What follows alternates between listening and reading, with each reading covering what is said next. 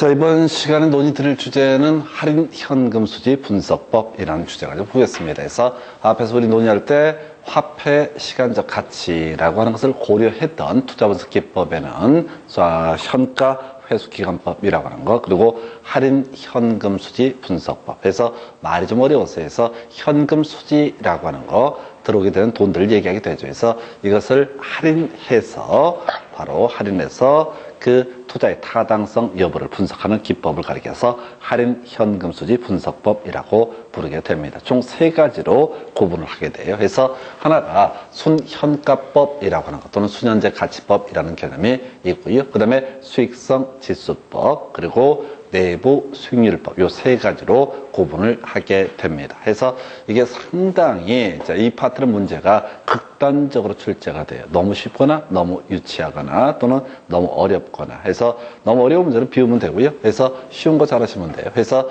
먼저 순현재 가치라고 NPV라는 용어를 쓰게 되는데, 자, 보니까 현금 유입의 현재 가치의 합에서 현금 유출의 현재 가치의 합을 뺀 값을 가리켜서 뭐라 부른다? 바로 순현가라고 부릅니다. 말 더럽게 어려워 보이죠? 가볼까요? 유입. 자, 수입입니다. 들어올 돈을 얘기합니다. 1년 후에, 만약에 지금 이제 1억이라는 금액을 투자한다고 했을 때 1년 후에 2천만 원 들어오고, 2년 후에 2천만 원 들어오고, 3년 후에 3천만 원 들어오고, 4년 후에 3천만 원, 뭐 이런 식으로 돈이 들어온다라고 했을 때 투자한 금액, 항상 우리 문제 구성할 때는요, 투자는 딱 한 번만 하게 됩니다. 그래서 현금 유출의 현재 가치라고 하는 거. 그래서 이런 식이지. 현재 1억을 투자하는데 1년 차에 2천만 원, 2년 차에 2천만 원, 3년 차에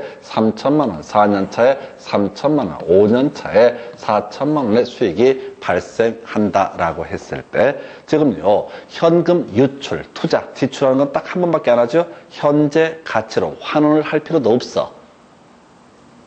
우리가 투자할 때 한 번만 하니까, 문제를 구성할 때.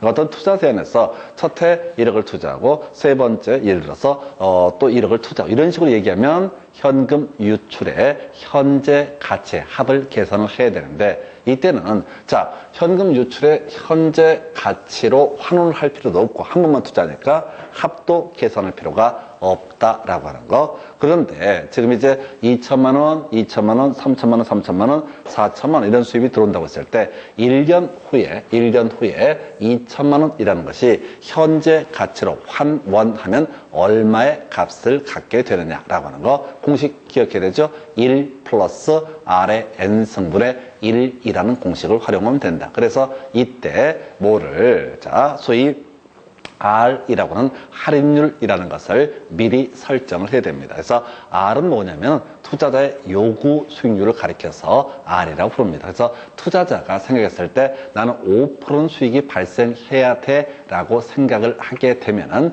R이라고 하는 자리에다 뭘 넣는다? 0.05를 넣으면은 그게, 5%는 이제 0.05잖아요. 50%가 0.5고 해서 0.05를 넣게 되면 된다. 이런 논리고죠. 그리고 1년 후니까 1승이 되게 됩니다. 그래서 이런 공식이라고요. 다시 1 플러스 R의 N승분의 1이라는 공식을 활용을 해야 된다. 근데 첫 해 2천만 원 들어올 때 2천만 원이 얼마의 값을 갖느냐라고 하는 거. 만약에 이 사람이 계산의 편의로 해서 10%의 수익률을 소망한다라고 했을 때 1.1의 1승분의 1을 어디다가 2천만 원에다 곱하게 됩니다. 그럼 이제 대략 만약에 일정한 금액이 뭐 1,800으로 하십시다. 그러면 이제 1년에서 1년에 이 들어온 돈은 얼마? 1,800이라는 가치를 갖게 된다. 근데 가볼까요? 자, 지금 똑같이 2년 후에 또 2천만 원의 수익이 들어오게 됩니다. 그럼 어떻게 된다고요? 1 플러스 R의 N승분의 1, 이 공식을 또 활용하는 거야. 이 사람이 투자자의 요구 수익률이 10%면 R 자리에다 0.1을 넣을 테고, 그 다음에 N승, 2승을 하는 거죠. 2년 후에 2천만 원 얼마의 값을 갖게 될 거냐. 그러면 1년 후에 2천만 원보다 2년 후에 2천만 원, 이게 분모가 점점 커지는 거니까 금액이 작아질 수밖에 없습니다. 예를 들어서 2년 차에 2천만 원은 1,700만 원이라는 가치 가치를 갖게 된다. 3년 후에 자, 이런 공식에 따라서 대입하면 3천만 원은 예를 들어서 2,600만 원의 가치를 갖는다. 이게 계산해 봐야 돼, 사실은. 근데 이 계산 문제가 23, 24회 때 나오고 안 나오니까 신경 쓰지 마시고. 자, 4년 차에 3천만 원, 2,500만 원의 가치를 갖게 된다. 5년 후에 4천만 원, 예를 들어서 1 플러스 R n승이라는 이런 n승분의 1이라는 공식을 활용을 하면은 3,500의 가치를 갖는다. 그래서 이게 뭐라고요? 현금 유입이 1,800, 현재 가치로 환원하면 1,800, 1,700, 2,600, 2,500, 그 다음에 예를 들어서 3,500 이걸 다 더한 값이 뭐가 된다고요? 현금 유입에 현재 가치로 환원을 한 다음에 다 더한 값, 이걸 우리가 현금 유입의 현가합이라 부릅니다. 그래서 이걸 다 더하고, 그 다음에 아까 투자했던 거 한 번만 투자한다고 그랬어요? 1억이라고 하는 거. 그러면 이것을 현금 유입의 현재 가치의 합에서 1억을 빼게 되면은 만약에 뭐 2천만 원이 나왔다. 그러면 그때는 뭐야? 이것은 순현가가 0보다 크다라고 해석을 합니다. 그래서 유입에서 유출을 뺀 금액, 단순화시키면 입출이에요. 입출. 나중에 외울 때는 입출 이렇게 외워야 돼. 유입에서 유출을 뺀 금액을 가리켜서 소위 순현가. 그래서 순현가가 0보다 큰 투자 대안은 앞으로 투자를 했을 때 들어오게 될 돈이 나갈 돈보다 더 크기 때문에 어떻다? 좋은 투자 대안이다. 이렇게 해석합니다. 그래서 순현가가 0보다 크게 되면 어떻다? 투자 결정을 할 수가 있다. 그런데 여러 개의 투자 대안이 있다라고 했을 때 그 중에서 순현가가 가장 큰 투자안에 대해서 어떻다? 투자가 이루어지게 될 것이다. 끝이에요. 설명은 되게 길어 보이는데 실질적으로는 뭘 내냐면은 유입 빼기 유출, 현금 유입의 현재 가치 합 빼기 현금 유출의 현재 가치 합. 요걸 어떻게 내냐면 현금 유출의 현가 합 빼기 현금 유입의 현가. 이게 순현가다. 이런 식으로 시험에 낸다고. 틀린 걸 모르시오. 그래서 무조건 우리가 외울 건 뭐야? 입출이라고 하는 거예요. 입이 앞에 있어야 돼. 사람도 입이 앞에 있잖아요. 무조건 입이 앞에 있어야 돼. 현금 유입이 앞에 있어야 된다고. 유입에서 유출을 뺀 값. 이걸 뭐라고 그런다? 순현가. 이걸로 끝이라고요. 그리고 현재 가치로 환원을 할 때 R이라고 하는 것은 투자자의 요구 수익률을 활용을 하게 된다. 나눠야 되잖아요. 1 플러스 R n승할 때 R을 도대체 N은 기간이니까 단순한 거고 R을 도대체 뭘 입력을 할 거냐. 투자자가 희망하는 요구 수익률을 입력을 해서 현재 가치로 계산한다. 그러면 아까 똑같은 금액이라 할지라도 투자자가 요구 수익률이 10%가 아니라 20%가 되게 되면은 어때요? 금액이 더 작아지겠죠. 분모값이 커지니까 금액이 더 작아진다. 그래서 투자자의 요구 수익률이 크면 클수록 어떻다? 순현가는 작아질 수밖에 없다. 이런 해석도 가능합니다. 아니 뭐 시작은 거하게 얘기했네. 이름은 되게 어려워. 순현재 가치 되게 어려운 것처럼 보이는데 유입 빼기 유출 이게 끝이에요. 실제 시험용으로는. 그리고 공식은 항상 일시불의 현재 가치 계수인 1 플러스 R의 n승분의 1 요걸 통해서 어떻다? 현재 가치로 환원을 할 수가 있다. 이걸 끝이에요. 너무 간단해요. 자, 그런데 두 번째 수익성 지수라고 하는 거 이렇게 되어 있네요. 현금 유입의 현재 가치 합 나누기 현금 유출의 현재 가치 합이 되어 있어요. 얘도 순서가 뭐야? 입출 이렇게 되어 있는 거라고. 시험에 낼 때 이렇게 된다고. 현금 유입의 현재 가치 합에 대한 현금 유출의 현재 가치 합 이걸 수익성 지수로 한다. 그럼 틀렸다고. 2분의 1을 읽을 때는 어떻게 읽어야 된다고요? 1 나누기 2 또는 2에 대한 1의 비율 이렇게 읽어야 된다고. 다시 2분의 1을 문장으로 표현하면 1을 2로 나눈 값 또는 2에 대한 1의 비율 이렇게 읽어야 된다고. 아까 우리가 승수 이런 거 할 때도 계속 그 기본적인 용어의 정의를 가지고 문제 구성을 한단 말이에요. 입출 끝이에요. 그러면 현금 유입의 현재가치 합하고 현금 유출의 현재가치 합이 똑같아지면 앞에서 순현가가 뭐가 된다? 0이 되게 된다.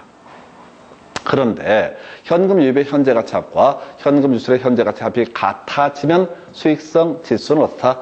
1이 되게 된다. 이해되셨어요? 이게 끝이라고요. 자, 그래서 수익성 지수. 그래서 수익성 지수도 1보다 크면 어떻다? 좋은 투자 대안이다. 들어오는 게 더 많기 때문에 나가는 것보다. 그런데 1보다 작으면 어떻다? 나쁜 투자 대안. 투자 안 할 것이다. 세 번째. 수익성 지수가 1보다 큰 투자 대안 중에서 가장 큰 수익성 지수가 큰 투자 대안을 선택을 하게 될 것이다. 뭐 이런 식의 얘기인데 의미가 없어요. 너무 간단해. 심플해. 그래서 지금 29회도 그렇고 30회도 그렇고 계속해서 입출만 물어봐. 입 빼기 출, 입 나누기 출. 너무 간단하다고요. 내막을 알면 되게 심플하다고. 문제를 보게 되면 뭐 이런 걸 문제라고 난리야. 근데 지금 이게 투자론 이 파트가 제일 마지막 단계인데 수험생들은 되게 어려운 이유가 현재 가치로 환원을 한다라고 했을 때 1 플러스 R의 N승분의 1이라는 공식을 써먹는다고요. 그걸 물어보는 게 아니라 이때 R이 뭐냐? R에 뭘 대입하는 거냐? R에 뭘 대입하는 요구 수익률. 투자자가 희망하는 수익률을 대입해서 그래서 어떻게 한다고요? 바로 현재 가치를 계산을 해 가게 된다. 거의 다 끝났어요. 마지막 주제. 이제 내부 수익률이라는 개념이 남아 있습니다. 내부 수익률. 현금 유입의 현재 가치 합과 현금 유출의 현재 가치 합을 같게 하는 할인율. 그러면 현금 유입의 현재 가치 합하고요. 현금 유출의 현재 가치 합이 똑같으면 순현가는 뭐가 되고 0이 되고요. 수익성 지수는 뭐가 된다? 1이 되게 된다. 그래서 이제 얘기를 해보십시다. 이건 나중에 계산 문제를 풀면 이해가 되고 말로는 잘 이해가 안 돼. 지금 R이라고 하는 거 투자자의 요구 수익률이라는 것이 전제가 돼야지 순현가도 구할 수 있고 수익성 지수도 구할 수 있습니다. 다시 현재 1억이라는 금액을 한번 투자합니다. 현재. 근데 앞으로 2천, 2천, 3천, 3천, 4천 5년 동안 이렇게 수익이 발생한다라고 전제를 했을 때 이렇게 전제를 했을 때 이게 순현가가 0보다 크냐 작으냐 또는 수익성 지수가 1보다 크냐 작으냐를 판단하기 위해서는 금액은 정해져 있어요. 뭐가 문제가 된다? 요구 수익률 R이라고 하는 게 문제가 되게 됩니다. 만약에 수입이 조금 들어오더라도 이 사람이 애초에 요구 수익률 나는 2% 수익률은 충분해 라고 판단하게 되면 그때는 순현가가 0보다 클 수가 있을 것이고 아무리 큰 돈이 들어온다 할지라도 현재 가치자 요구 수익률이 50%다. 나는 50% 투자 이익이 발생해야 투자할 거야 라고 생각하면 어떻다? 순현가는 0보다 작아지거나 수익성 지수는 1보다 작아질 수가 있다. 다시 지금 1억이라는 금액을 투자합니다. 근데 첫 해 2천만 원, 두 번째 2천만 원, 세 번째 3천만 원, 네 번째 3천만 원, 다섯 번째 4천의 수익이 들어온다라고 이래저래 데이터를 분석해 보니까 이 정도의 수익이 예상이 된다고요. 근데 투자자의 요구 수익률이 작다, 아주 미미하다 라고 한다면 1 플러스 R의 N승분의 1이라는 공식을 활용해서 현재 가치로 환원을 할 때 금액이 그대로 내려오니까 유입의 현재 가치 합은 커질 수밖에 없습니다. 그런데 투자자가 난 100% 수익률이 필요해. 그러면 1 플러스 R 1이 되는 거죠. 그러면 엄청나게 이게 깎아진다고. 2,000원이라 1,000이고 얘가 900이고 이런 식으로. 요구 수익률이 크면 클수록 어떻다? 바로 순현가가 0보다 작아질 확률 또는 수익성 지수가 1보다 작아질 확률이 커지게 된다. 이런 논리예요. 그래서 수익성 지수를 계산하거나 순현가를 계산하려면 투자자의 요구 수익률이라는 개념이 전제가 돼야 됩니다. 그런데 뭔 얘기하려고 얘기하냐면 내부 수익률법이라고 하는 것을 얘기합니다. 내부 수익률. 이 내부 수익률이라고 하는 것은 순현가가 0이 되는 할인율, 수익성 지수가 1이 되는 할인율. 그래서 내부 수익률을 계산할 때는 따로 이 요구 수익률이라는 개념이 필요가 없어요. 하다 보니 어떤 투자자가 20%의 수익률을 희망을 했어요. 그래서 R자리에다 20%를 넣으니까 어머? 이게 순현가가 0이 되네? 또는 수익성 지수가 1이 되네? 이런 경우가 발생했다고 쳤을 때 그 20%를 뭐라고 부른다? 자, 바로 내부 수익률이라고 부르게 됩니다. 다시. 지금 들어올 투자 대안에서 자, 투자가 이렇게 이루어졌을 때 2천, 2천, 3천, 4천, 4천 이렇게 들어오게 되는데 이게 순현가나 수익성 지수라고 하는 게 본질적으로 들어올 금액과는 무관하게 요구 수익률에 따라서 어떻다? 이 금액은 계속 달라진다고요. 자, 나는 1%의 수익률을 원해. 그러면 아마도 1 플러스 R, R이 0.1이 되잖아요. 에 N승. 1년이면 1승, 2년이면 2승 이렇게 가겠죠? 분의 1이니까 분모가 아주 작아. 그러니까 기존 값이 그대로 내려올 가능성이 있다는 거예요. 근데 이 사람의 수익률을 100%를 원한다. 1을 들어간다. 그러면 2의 1승, 2의 2승, 2의 3승이 되니까 이 값은 현재 가치로 환원할 때 점점 작아질 수밖에 없다. 이게 전제가 되는데 그래서 이 사람이 마침 20%의 수익률을 희망을 했어요. 회사를 보니까 순현가가 딱 0이 되는 거야. 그럼 그 20%를 뭐라고도 부를 수 있다? 내부 수익률이라고 부른다. 이렇게 가는 거예요. 내부 수익률이라고 하는 거. 자, 요건 이제 뒤는 별 쟁점 안 되는데 내부 수익률이 요구 수익률보다 크면 이제 투자가 이루어지게 될 것이다. 그리고 복수의 투자안에 있어서 내부 수익률이 요구 수익률보다 큰 투자안 중에서 내부 수익률이 가장 큰 투자안에 대해서 투자가 이루어지다. 이건 별 필요 없어요. 이건. 그래서 내부 수익률을 계산하는 문제가 24회 때 한번 구성이 됐습니다. 그래서 자, 그 당시 문제에서는 자, 뭐 5천만 원을 현재 투자하는데 1년 후에 자, 6천만 원이라고 하는 것이 들어오게 된다. 그럼 6천만 원을 현재 가치로 환원해야 되죠? 그때 투자자의 요구 수익률이 20%다. 그럼 1.2분의 1이 되거든요. 그래서 5천만 원이 되게 됩니다. 6천만 원을 1.2분의 1로 곱하게 되면 5천. 그래서 순현가가 0이 된다. 그때 내부 수익률은 뭐가 된다? 바로 20%가 내부 수익률이다. 이런 식의 문제가 되는 거예요. 좀 어려워요, 이 파트가. 다시 갑시다.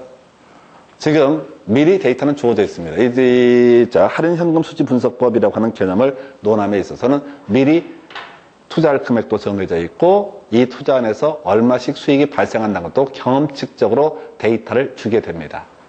자, 그랬을 때 장래 발생하게 될 수입이라고 하는 것을 오늘 현재 값으로 환원하는 공식 일시불의 현재 가치계수. 공식은 1 플러스 R의 N승분의 1이라는 공식을 활용하는 거죠.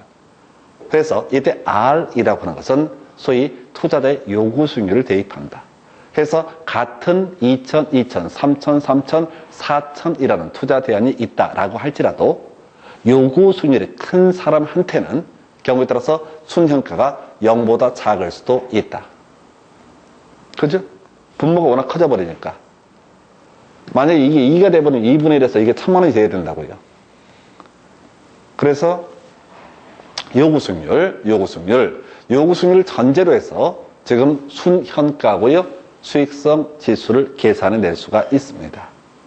그래서 순현가가 우연히 수많은 A란 투자자, B란 투자자, C란 투자자 중에서 우연히 순현가가 0이 되는 그 할인율을 뭐라 부른다? 내부 수익률이라고 부릅니다. 그래서 내부 수익률법에서는 미리 투자자의 요구 수익률을 상정할 필요가 없다. 뭐 이런 평가를 합니다. 그러다 치고. 자, 길고 어려워. 계산 문제 잘 안 나오니까 입출. 그저 기억할 게 뭐라고요? 입출. 현금 유입의 현재 가치 합에서 현금 유출의 현재 가치 합을 빼면은 이게 뭐가 된다? 순현가. 현금 유입의 현재 가치 합 나누기 현금 유출의 현재 가치 합이라고 하는 건 뭐가 된다? 수익성 지수. 그럼 순현가 유입이 더 큰 경우가 순현가가 0보다 클 테고 수익성 지수는 1보다 더 커지게 될 것이다. 그리고 특이했던 거, 내부 수익률. 이 내부 수익률이라고 하는 거 우연히 순현가가 0이 되는 할인율을 가리켜서 뭐라고 한다? 내부 수익률 이렇게 부릅니다. 그래서 이 내부 수익률은요, 우리가 앞에서 공부했던 주제와 연계하면 기대 수익률하고 같은 개념으로 보시면 돼요. 우리 앞에 공부하실 때 예상되는 수익률, 기대 수익률이 자신의 투자자의 요구 수익률보다 높다. 그럼 어떻다? 투자 결정을 하게 될 것이다. 내부 수익률이 요구 수익률보다 높다. 그럼 어떻다? 투자 결정이 이루어지게 된다. 이런 논리 구조예요. 근데 자 볼까요? 지금 할인 현금 수지 분석법 뭐라고요? 현금 수지, 앞으로 들어오게 될 돈을 현재 가치로 할인해서 투자의 적격성 여부를 판단하게 되는 것을 할인 현금 수지 분석법. 근데 지금 종류가 3개가 있죠? 순현가법, 수익성 지수법, 그 다음에 세 번째 내부 수익률법. 왜 3개가 있을까요? 그럼 이렇게 물어봐야겠구나. 이게 어떤 투자 대안에 대해서 순현가법이나 내부 수익률법이나 수익성 지수법을 3개로 나눈 이유는 3개가 다 쓸모가 있겠죠? 쓸모가 없으면 하나 만들겠지. 이거 만든 놈들이 제일 나쁜 놈들인데 우리가 골치 아프게 만들었으니까. 뭐냐면 투자 대안에 따라서 이 순현가법, 수익성 지수법, 내부 수익률법에 따라서 결론적으로 투자 여부를 판단하는 기준점이 달라질 수가 있다. 이 얘기라고요.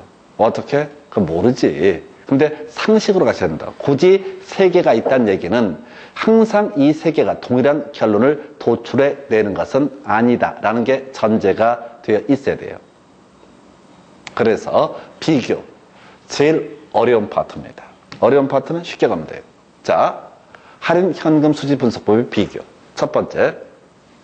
베타적 투자 안에서 둘 중에 하나만 선택을 하거나 셋 중에 하나만 선택을 해야 되는 그런 투자 안에서 순현가법, 수익성 지수법, 내부 수익률법에 따른 분석은 결론적으로 다 그 결과물이 달라질 수 있다. 예를 들어서 순현가법에 의해서는 투자의 타당성이 있지만은 수익성 지수법에서는 타당성이 없는 경우도 발생할 수 있다. 제가 미리 말씀드렸어요. 어렵다고. 그럼 외워버리면 되는 거예요. 결론이 달라질 수 있다. 두 번째 비교점. 지금 순현가법하고요, 내부 수익률법이라고 하는 거, 요렇게 이제 이 2개를 비교하게 나와요. 결론만 기억하시면 되겠습니다. 뭐가 더 우수하다? 순현가가 우수하다. 끝. 뭐 같이 가산 올리고 뭐 이런 걸 따지지 말고 하여튼 뭔가 좀 다른데 뭐가 더 우수하다? 순현가가 우수하다. 우수하다고 평가를 한다고요. 그러면 투자자 입장에서는 일반적으로 순현가법하고 내부 수익률법 중에서 뭘 선택을 한다? 일반적으로 순현가법을 더 높게 평가를 하게 된다.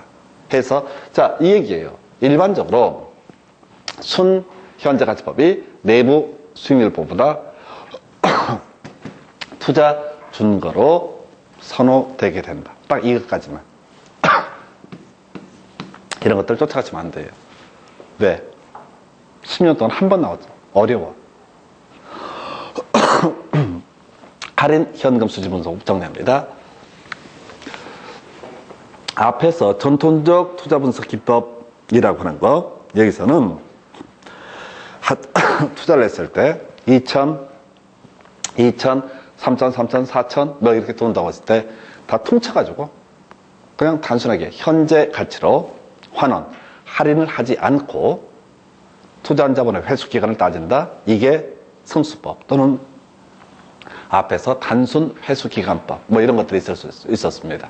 그런데 지금 할인 현금 수지 분석법이라고 하는 것은 장래 발생하게 될 수입이라고 하는 것을 현재 가치로 환원을 해서 여러 번 들어오면 그 합을 다 더해서 현금 유입의 현재 가치 합을 계산해내고, 그 다음에 여러 번 지출하면 현금 지출에 유출에 현재 가치 합을 더해서 유입에서 유출을 빼게 되면 뭐가 된다? 순현가가 되게 된다.